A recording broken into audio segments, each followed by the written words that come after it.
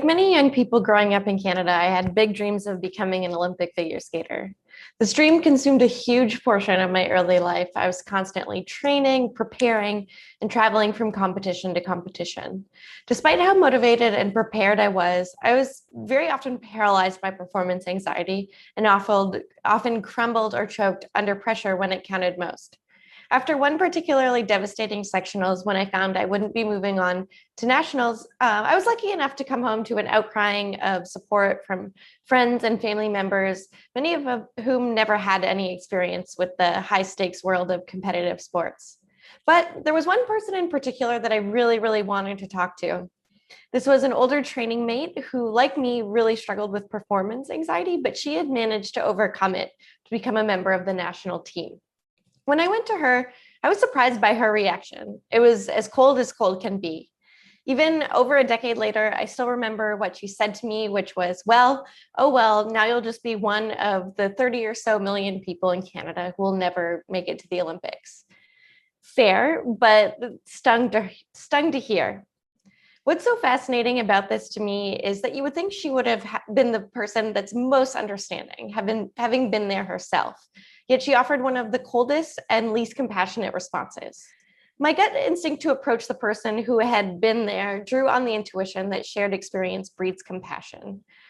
Just as those who have dealt with the glass ceiling are thought to better appreciate the struggles of women at work, those who have been laid off are believed to be better able to sympathize with the plight of the unemployed.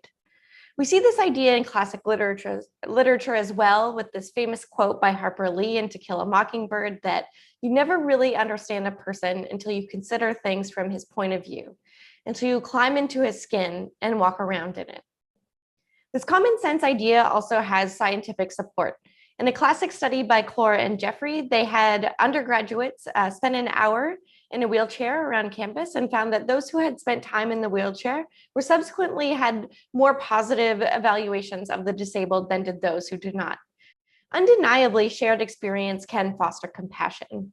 But ever since my own experience, I've become fascinated by this question of when shared experience can actually inhibit compassion.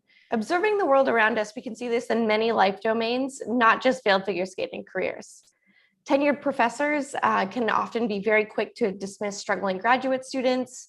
People who have lost a lot of weight are often the most critical of those who struggle to do so. And we often see that people who are the harshest about immigration policy often immigrated themselves. Inspired by these diverse examples, my colleagues Lauren Norgren and May McDonnell and I asked this question of how does previously overcoming or succeeding in overcoming an emotionally distressing event affect compassion toward those who fail to endure a similar event? In these cases, our research often finds that our intuitions about who to approach for help and compassion are often incorrect. Now let's see what this looks like in terms of the research. On a particularly cold day while I was in graduate school, we went to Lake Michigan in Chicago in March and set out to study a group of polar plungers who set out to dip into freezing Lake Michigan for charity. In this study, we asked all participants to evaluate a man who was really motivated to participate in the polar plunge, but chickened out at the last minute because of the cold. But here was the key of the study. Half of those participants were randomly assigned to evaluate this man before they had completed the plunge themselves, whereas the other half were randomly assigned to complete the survey a week after doing the plunge themselves. What we saw was that those who had successfully taken the plunge were significantly less compassionate toward the man and rendered the harshest evaluations when compared to those who had yet to complete the plunge themselves. But the question remained, why exactly does this happen? There are a couple key reasons. The first reason has to do with what's known as the hot to cold empathy gap. The empathy gap captures the tendency for people in cold, non-emotional states to underestimate the influence that hot emotional states will have over their behavior. As an example, you can think about times when maybe you've lashed out at someone because you were super tired and how it's easy to feel regret or confusion as to why you behaved that way once you've had some sleep. This is because we have really constrained memories for emotional experiences, that you can remember why you felt a certain way. So that was the most distressed I've ever been because I was going through a divorce, and can recall the relative strength of that emotional experience. Unless you're actively in that state, we cannot bring forth those emotions to mind. For example, in the case of divorce, re-experiencing that sadness and agitation and anxiety. In other words, although we've all been fatigued, in fear, in pain, in distress at some points in our lives, if we're not currently experiencing that emotional state, we have difficulty recalling its motivational force. Critically, this means that once we've overcome distressing life events, people often have difficulty reliving and appreciating the original emotional reactions to these events. On top of not being able to accurately recall the impact of emotional distress, a lot of researchers found that once tasks have been completed, they seem easier in hindsight. So in other words, this combined experience of I did it myself and I can't quite remember how hard it was for me to do so in the moment, lead to this perception of, well, why can't you do it too? We also tested this idea in the context of unemployment. In this study, we looked at people who had never experienced involuntary unemployment, those who are currently unemployed, and those who had previously overcome unemployment themselves. These participants all then evaluated a man who struggled to find work, was super motivated to do so, but ultimately turned to selling illegal drugs as a result of the frustration of being unable to find a job. We again found that those who had overcome unemployment were the least compassionate of all. And this was driven by their perception that in hindsight, unemployment was easier to overcome.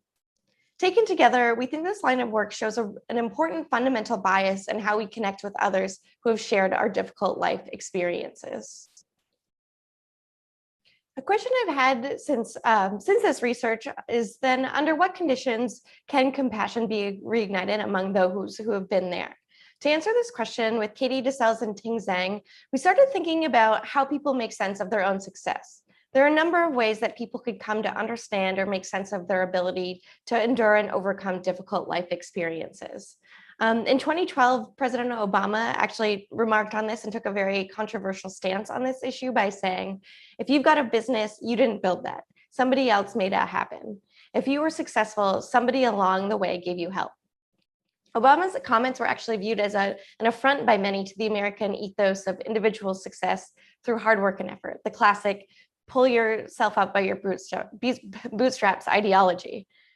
And as a result, an oppositional I Built That campaign was launched. In fact, 86% of surveyed Americans seem to agree with this oppositional campaign, indicating that the number one means through which people are able to climb out of poverty and make it in America is hard work. So in ongoing research, we've been exploring how people's resilience attributions or their attributions for their success in overcoming difficult life experiences play an important role in determining compassion for others currently enduring difficult life events. Specifically, we found so far that shifting people's attributions for coping successfully with the distressing event away from internal attributions, so those about our own ability and effort, the classic bootstraps case, and instead toward relational attributions. So this notion that in part we've succeeded through help and advice from others can actually increase compassion toward those struggling. In one study, we randomly assigned ex-smokers to either select among a list of several internal-based factors that facilitated their quitting smoking, so willpower, motivation, discipline, and goal commitment, or relational reasons, so having social support, helpful advice, or the people in their lives keeping them on track. We found that merely having people reflect even briefly on the relational factors, as opposed to more internal self-based ones, led people to be subsequently more compassionate toward others who were really struggling and failing to quit smoking. So even these small tweaks in how we think about our own success may enable us to reconnect with those in need.